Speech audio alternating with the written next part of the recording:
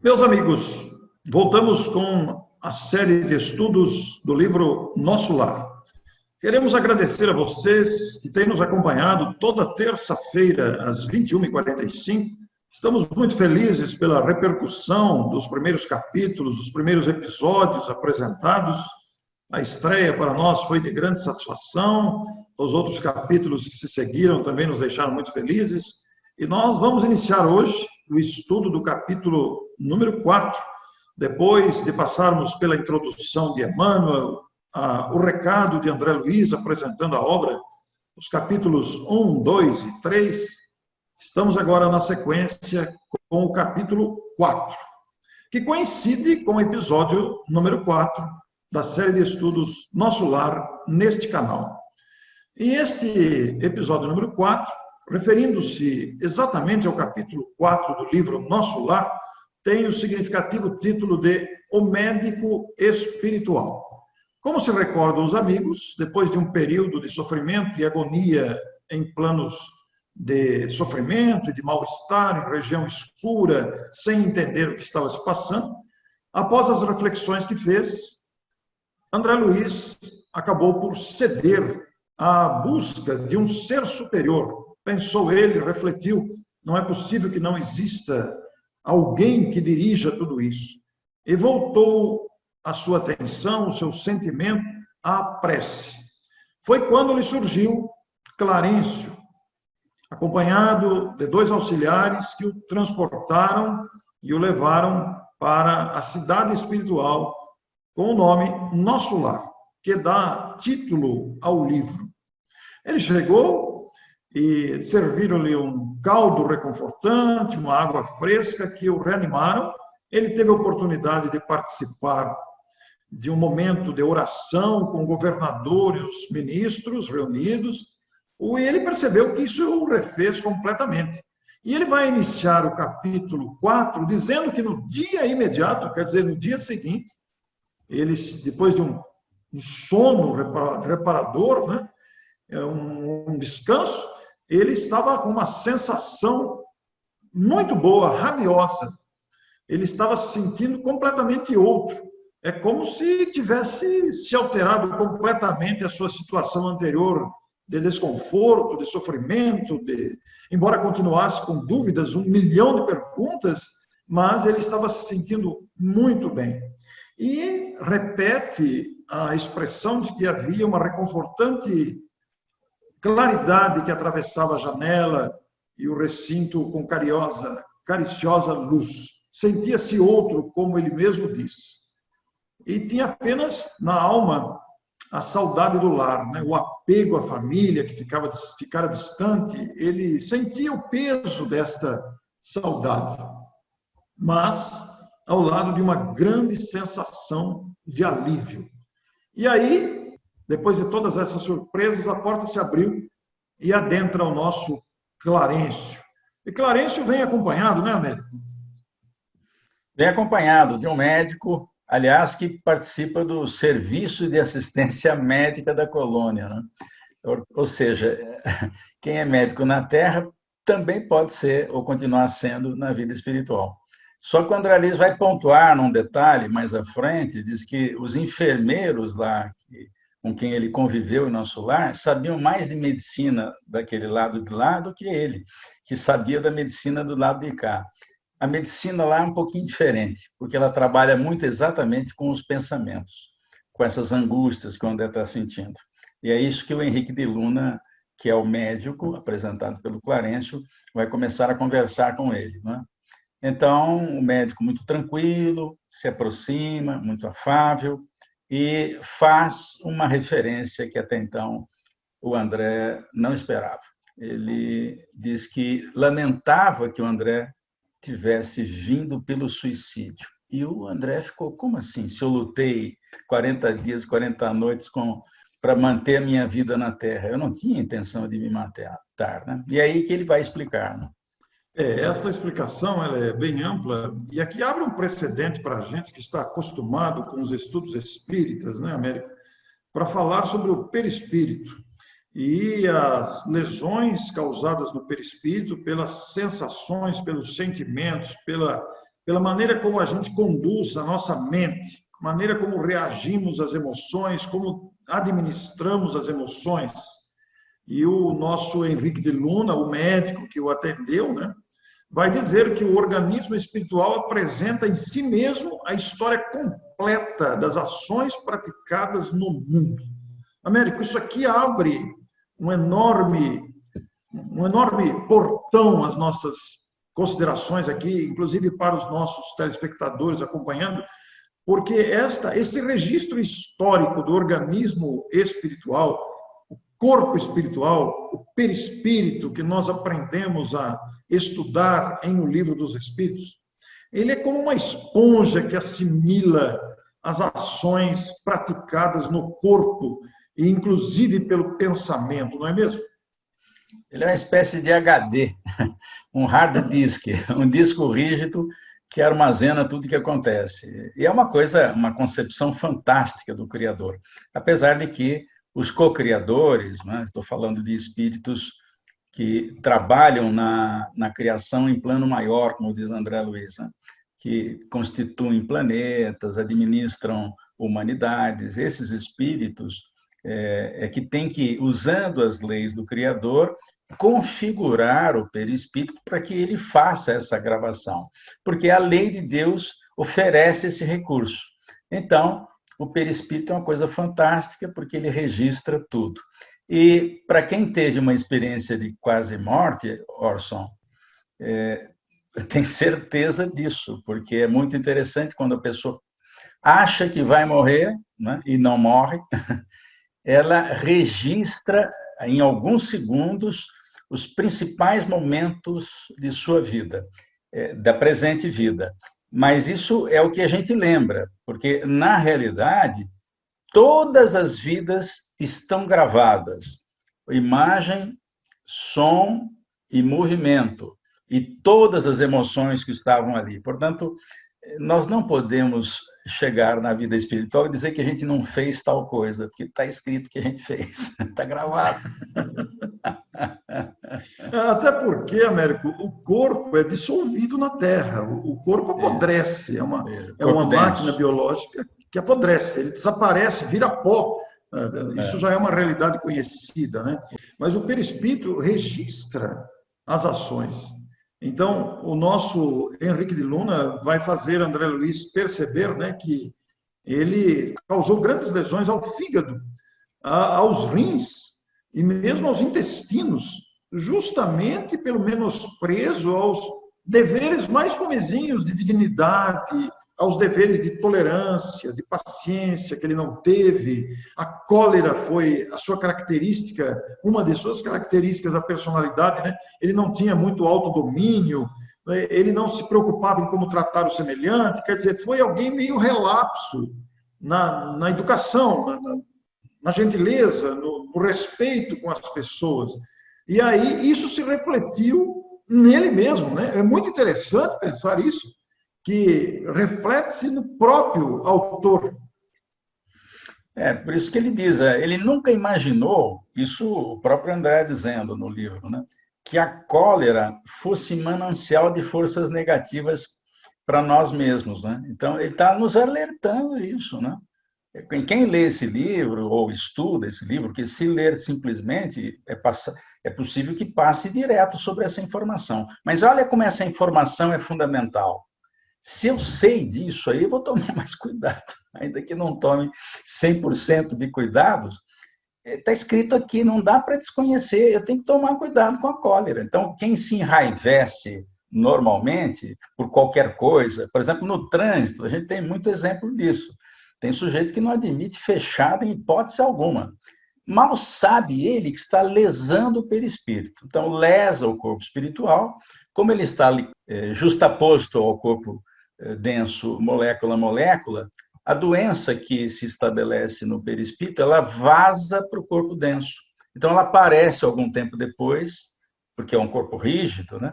Ela aparece algum tempo depois com a lesão que foi dada como origem pelas forças negativas que a gente emite. Então, agredir uma pessoa, eu não estou nem falando de fisicamente, não, mas quando a gente agride verbalmente, agride com pensamentos, nós lesamos o próprio perispírito. Olha que coisa fantástica saber disso, não é? Isso amplia a responsabilidade de todos nós, né? Porque Claro. aqui o Henrique de Luna está se referindo, por exemplo, sobre a oclusão intestinal, né? Derivada de elementos cancerosos, e isso fruto da leviandade dele no trato com as questões do comportamento, né? E ele vai dizer também que a moléstia talvez não assumisse características tão graves se o procedimento mental no planeta estivesse enquadrado nos princípios da fraternidade, da temperança, como você deu o exemplo tão bem dado agora, né? Quando você pensa mal, fala mal, você atinge a si mesmo. É um mecanismo de justiça até isso, né, Américo? Porque você fica responsável, né? Perfeito, não dá para culpar papai, mamãe, avô, avó, irmão, irmã, marido, mulher, filho. Nós somos os responsáveis por tudo que está acontecendo conosco. Ou seja, tudo que acontece comigo, eu dei origem. Eu posso ter me relacionado com outras pessoas e complicado a vida de outras pessoas. Mas na medida em que eu complico a vida de outras pessoas, eu também complico a minha, né? Esse é um mecanismo fantástico de justiça, porque ela é, como diz o outro, papum. É que a pessoa não vê o resultado na hora, porque o corpo denso absorve muito lentamente. Que é para quê? Por que ele não reproduz imediatamente a lesão no perispírito? É para ver se a gente aprende. Então, o que vem de Deus vem devagar, diz Emmanuel, né? Então, vem devagarinho, que é para ver se você corrija, tá vendo? Tem coisa errada aí, toma cuidado. É muito interessante, Américo, porque esta abordagem aqui, esse ponto do capítulo, quando estudamos o perispírito, uma referência rápida, né? Abre para o telespectador uma pesquisa sobre o assunto. O perispírito é um assunto vastíssimo, interessantíssimo, até porque ele extrapola de uma vida para outra, né? Uma lesão no perispírito vai influir no novo corpo que vai se formar. Aí entra a questão do planejamento reencarnatório, Américo. Porque quando se vai elaborar um planejamento de vinda, aliás, vale a pena abrir um parênteses aqui, né? Ninguém está aqui por acaso. Todos nós estamos aqui com uma tarefa definida, comprometida, nem sempre percebida, é verdade, mas nós viemos com o objetivo de progresso. O planejamento reencarnatório visa estimular o progresso, o crescimento, o intelecto moral do espírito através dos compromissos, das ações, dos relacionamentos assumidos pelo espírito. Mas as nossas lesões ao perispírito ficam registradas. E quando se vai programar uma nova reencarnação, aquele corpinho novo que foi resultado da união das células vai absorver a lesão que está no perispírito, Américo. Isso aí também é algo a ser considerado. Então, imagine se os médicos da Terra, na sua maioria, alguns já sabem disso, mas se na maioria eles alertassem os seus pacientes, ó, cuidado com o que você pensa, com o que você fala, com o que você faz, na agressão mesmo verbal, sem ser física, isso está lesando a você mesmo. Olha que informação importante. É que a pesquisa não chegou ainda a detectar a existência do perispírito na Terra. A gente desconfia que tem. Por quê? Porque não dá para isolá-lo, né? Você não pega um pedaço de perispírito, coloca num vidrinho e diz assim, deu precipitado verde, temos aqui um perispírito. Não, isso não, a nossa ciência não chegou lá, mas ela vai chegar, né? Assim como hoje nós prescrutamos o nosso organismo com aparelhos de ressonância e vemos os órgãos internos, né? E é possível até fazer operações não invasivas. Um dia nós vamos perceber a existência desse corpo que sobrevive à vida na Terra e que leva as informações, né, para a próxima vida, né? Leva tudo para a próxima vida. Então, eu não posso me queixar daquele joanete que eu possa ter, nem daqueles problemas cardíacos que eu tenho, nem dos problemas de pressão, porque eu dei origem a eles. Então...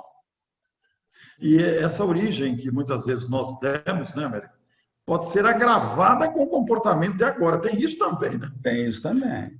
Tem isso também. Daí o cuidado com a vida física. E é mais interessante, porque aqui no caso do André Luiz, o Henrique de Luna, acompanhado de Clarício aí, estão analisando a anterior existência de André Luiz. E o Henrique de Luna vai dizer para ele que o amigo iludiu excelentes oportunidades, desperdiçando patrimônios preciosos da experiência física. E há aí, Américo, não sei se você quer dizer você, uma advertência muito séria recebida por André Luiz e que deve ser levada em conta por todos nós que aqui estamos encarnados na presente existência. Então, essa informação a que você se refere, Orson, a gente já leu, mas eu não lembrava e nem sabia que isso estava aí. Mas quando a gente se prepara para fazer o programa, aí aparece aos olhos uma coisa assim que está numa única frase escondidinha lá no meio do texto. Eu também não me lembrava disso. Eu não lembrava, como não sabia, porque quando a gente lê simplesmente lendo, sem se preparar para estudar, né, aí passa batido, né?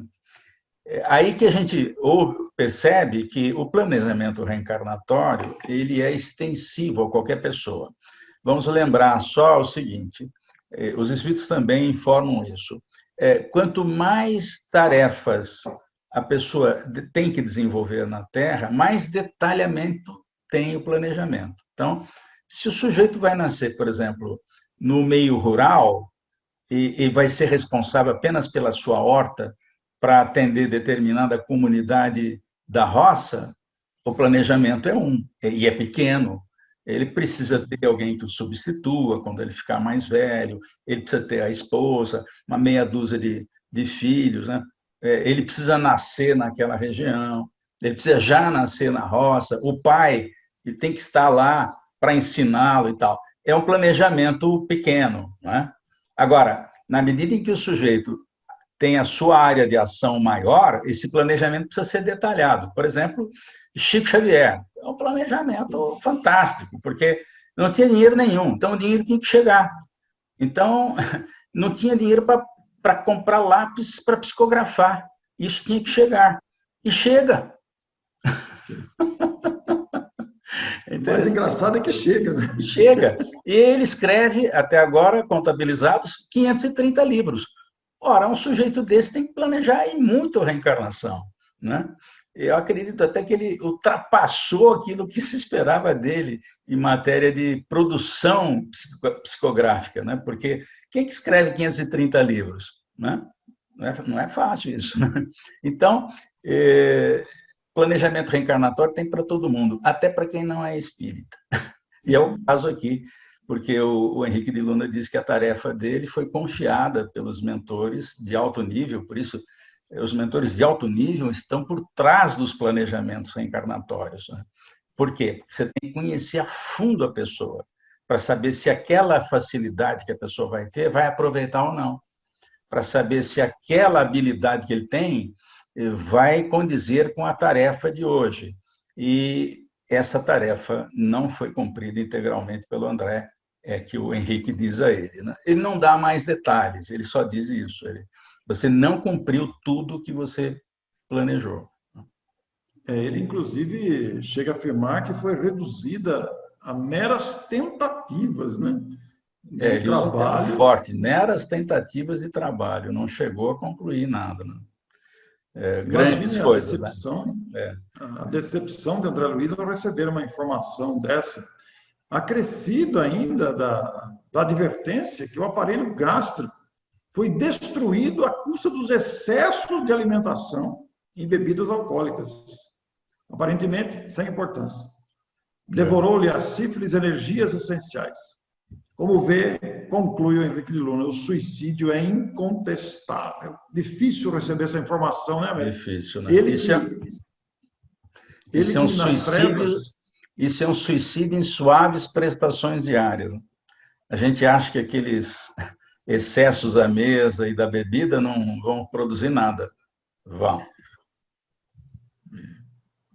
E ele, durante o tempo de permanência naquela região de mais sofrimento, era acusado de suicida, o que ele não conseguia entender, né? E veio compreender agora. Então, Interessante que até os espíritos inferiores sabiam, sabiam que ele era suicida. Não precisa ser mentor de alto nível. Está na cara que o sujeito chegou lá antes do tempo. O sujeito chegou novinho lá, o que você está fazendo aqui? Você devia estar lá na Terra, né? Porque estragou o corpo em suaves prestações diárias. é interessante porque ele abre um precedente aqui que a gente normalmente não pensa, né? Aquela ideia antiga, Américo, de céu e inferno, de castigo, de tortura, ele levanta aqui também, né? É, ele se deparava com outro sistema de verificação dos erros, dos equívocos cometidos. Já não era mais um tribunal de tortura, nem abismos infernais, nem... mas benfeitores sorridentes, usou essa expressão, né? Comentavam minhas fraquezas como quem cuida de uma criança desorientada. Ele se sentiu aquele homem orgulhoso, né? Aquele homem senhor de si, se vê agora analisado por outros que o tratam como uma criança que não sabia o que estava fazendo. Eu não sei bem exatamente qual é o tom, porque eu tenho dificuldade de falar num tom ameno com a pessoa, né? Então, ele disse que ele nunca se sentiu tão desconfortável, porque, primeiro, ninguém o acusou de coisa alguma. Assim comentou, como se, olha, você comeu um docinho aqui, depois comeu uma sobremesinha ali, depois tomou um guaranazinho aqui. Tanto que o Clarencio, no final, que ele percebeu que a coisa estava feia, não se preocupe, meu amigo, nós também já escorregamos nisso que você está escorregando. Olha só que coisa bonita, né? É por isso que lá no mundo espiritual elevado, né, nas regiões equilibradas, não há acusações, né, Américo? Porque todos compreendem que todos cometeram equívocos. Então lá existe o espírito de solidariedade mesmo. Todos. Ninguém escapa. Esse aprendizado é muito interessante, né, Orson? Não há profissão no mundo da mais simples. Imagine uma profissão bem simples, né? E depois imagine uma profissão sofisticada, né? Não existe aprendizado sem o mecanismo de erro e acerto. É Você verdade. faz uma vez, não dá certo, você faz de novo, continua não dando, até uma hora que você faz e dá certo, mas não é exatamente aquilo que você queria. Aí você continua aprimorando aquilo que você está fazendo, vai dar errado outra vez, você vai corrigir, vai dar errado outra vez, e assim vai. Não existe. Por isso que os espíritos não nos acusam de nada, porque eles sabem que esse é um mecanismo. Todo mundo aprende no mecanismo acerto e erro, né? Erro e acerto. Até porque também passaram por isso, né? Todos. Ele vai confessar aqui, né, Américo? Nós estamos quase chegando ao fim do capítulo. Ele vai confessar que ele não estava se dilacerando de sofrimento ou de desejo de reação, de responder, mas ele estava envergonhado, né? E chorou profundamente. Né? Ele estava envergonhado. Por isso vem a frase do Clarencio que você citou aí. Ele diz assim: se eu tivesse no tribunal e todos estivessem me acusando, eu me sentiria melhor. Como ninguém me acusa de nada, a acusação é da consciência dele, que o tribunal da justiça divina está dentro de nós, as leis de Deus estão dentro de nós. E quando ele percebeu onde é que ele errou, agora eu vou ficar com vergonha, porque está em mim errar ou não errar. Agora, certamente essa experiência ela vai ser muito útil para o André Luiz, a ponto de que no capítulo próximo, o Lísias vai dizer a ele: eu tenho certeza de que você vai ser um dos trabalhadores melhores aqui da colônia. Porque essa experiência, que é traumática, convenhamos, né, ela ensina muito. Né? Eu pergunto a você, se você ensinar uma criança, ó, filho, tá vendo aquela tomadinha ali na parede? Tem 3 furinhos, tá vendo? Se você colocar o dedinho no furinho errado, você toma um choquito, tá bom? Não faça isso. Né? Pergunto, ela aprende? Dificilmente que ela vai querer experimentar para ver se o dedo cabe ali, ainda mais se foi chamada a atenção dessa possibilidade e ela não sabia, ela vai querer testar. Agora, depois que ela toma o primeiro choque, e espero que não tenha consequências, né? Precisa explicar outra vez? Não precisa, basta um choque. Aquele buraquinho ali não pode pôr o dedo. Que coisa, né? Ele está envergonhado aqui pela constatação daquilo que ele estava ouvindo, né?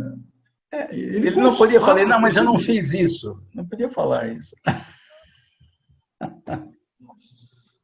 Ele chega à conclusão, né, que ele perdera o ensejo da experiência humana. A experiência humana que é uma experiência de trabalho mesmo, de aperfeiçoamento, de aprendizado. E ele desperdiçara isso na cólera, na indignidade, desperdiçara isso no desrespeito, nos descuidos variados do comportamento, né? E agora se encontra com a própria consciência. É muito interessante pensar que não há alguém que vá acusar a gente. A gente cai por si mesmo, né? A fragilidade da gente fica à mostra. E recebendo cuidados assim, né, de amigos que ali se dispõem a amparar, né? Então, o Clarence vai dizer, ainda diz a ele, usando uma locução muito carinhosa, meu filho, não te lastimes, eu busquei-te atendendo a intercessão dos que te amam dos planos mais altos, ou seja, tem espíritos que nos amam, os que vivem em regiões superiores, que nos acompanham, nos amamos mesmo com aquele jeitinho errado de ser que a gente tem, né? A gente às vezes vê, Orson, aquelas mães devotadas na porta do presídio no fim de semana para visitar o filho que é assassino, ladrão, e ela está lá firme. Você perguntar qual é o filho que ela mais gosta, é aquele que está preso. O que é isso? O que é isso, senão o amor incondicional? Os espíritos superiores já desenvolveram o amor incondicional. Ama qualquer um, porque sabe que todos nós temos a mesma cepa, nós saímos da concepção do Criador. E todos nós somos perfectíveis, nós vamos chegar lá. E é por isso que eles não estão preocupados. Essa referência que Clarencio foi em busca dele, que estava sofrendo naquela realidade que ele não compreendia, narrada no primeiro capítulo especialmente, né? Atendendo à intercessão. É muito interessante você ter essa possibilidade de alguém que te ama, como você disse aí, citando o exemplo das mães de prisioneiros, né?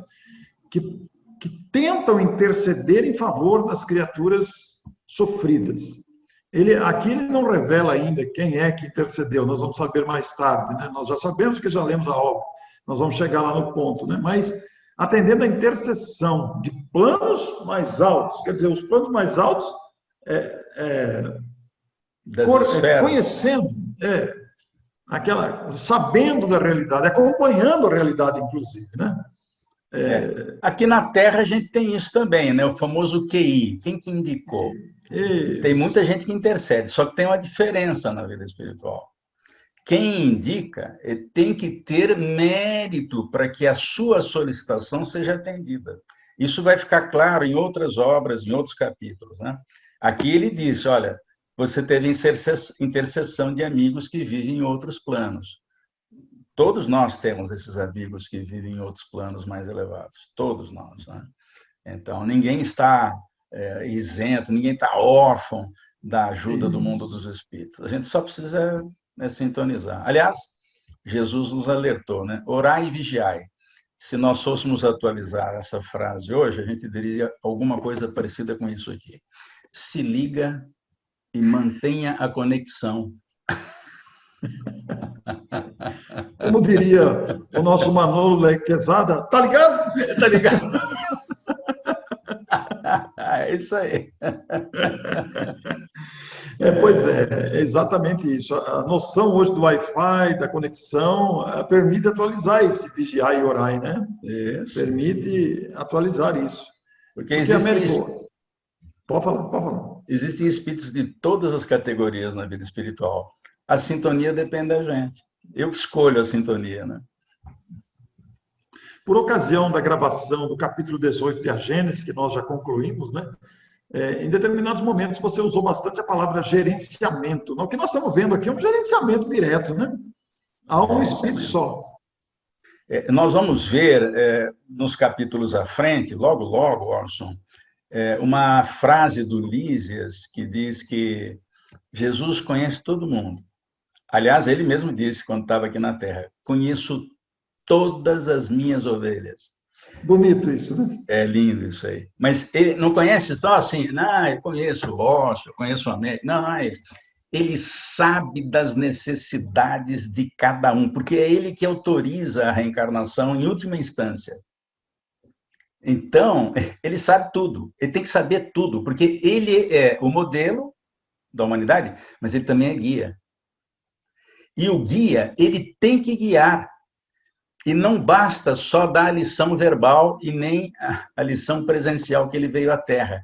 É preciso criar condições para que as experiências aconteçam para aquele espírito dar o salto e descobrir que ele é capaz. Então, ele está gerenciando toda a população dos encarnados e também dos desencarnados. São mais ou menos 20 bilhões de seres ligados à Terra, grosso modo.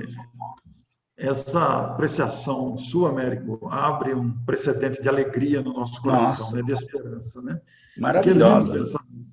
Quando a gente usa a palavra instância, a gente pensa nesses processos burocráticos aqui da Terra, que não tem nada a ver com essa instância do Cristo, que é um gerenciamento perfeito, harmonizado, conhecendo caso a caso, sem displicência, sem negligência, sem desinteresse, sem desprezo. Porque aqui na Terra as instâncias vivem a influência do desprezo, da circunstância, muitas vezes do dinheiro, né?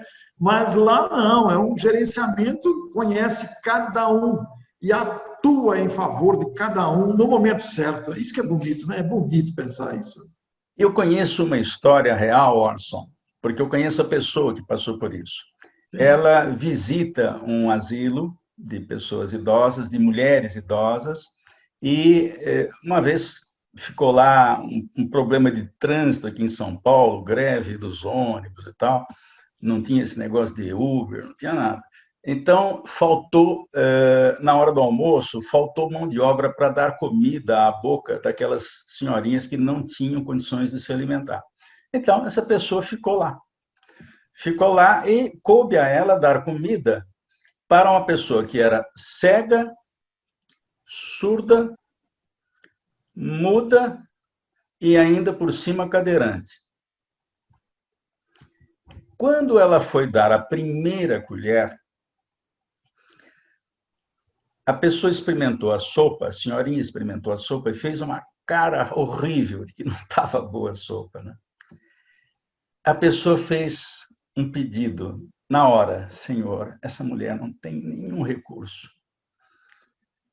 Será que ela não vai poder comer alguma coisa boa hoje? Na segunda colher, a mulher gostou da sopa. Os espíritos foram lá e mudaram a combinação da sopa. Aquilo foi uma prece instantânea. Pediu, obteve. Por quê? Rolou emoção ali. E os espíritos estão atentos. Tudo que a gente faz está sob supervisão. Nada do que nós estamos fazendo deixa de ter supervisão. É muito interessante porque isso aí, Américo, a gente se lembra de situações que a gente se sente sozinho muitas vezes, né? Não está. Com decisões difíceis de tomar, rumos que a gente não sabe para que lado vai. No entanto, não estamos sozinhos, né? Não está. É só ligar e manter a conexão.